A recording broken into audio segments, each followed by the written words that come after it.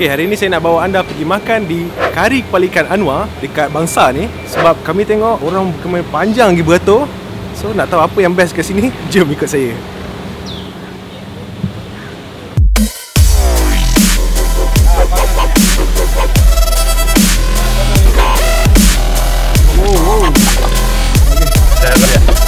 Supaya yang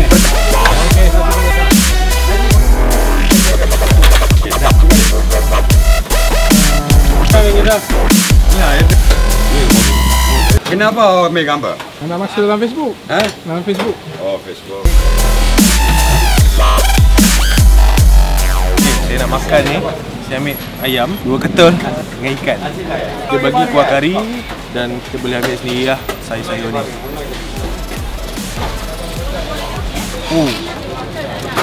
Power betul ayam ni. Crispy kat luar, dalam dia lembut. Kari dia memang pekat dengan bendir yang bendir dia fresh. Dia kari dia memang power gila. Bukan cara goreng yang fresh ni.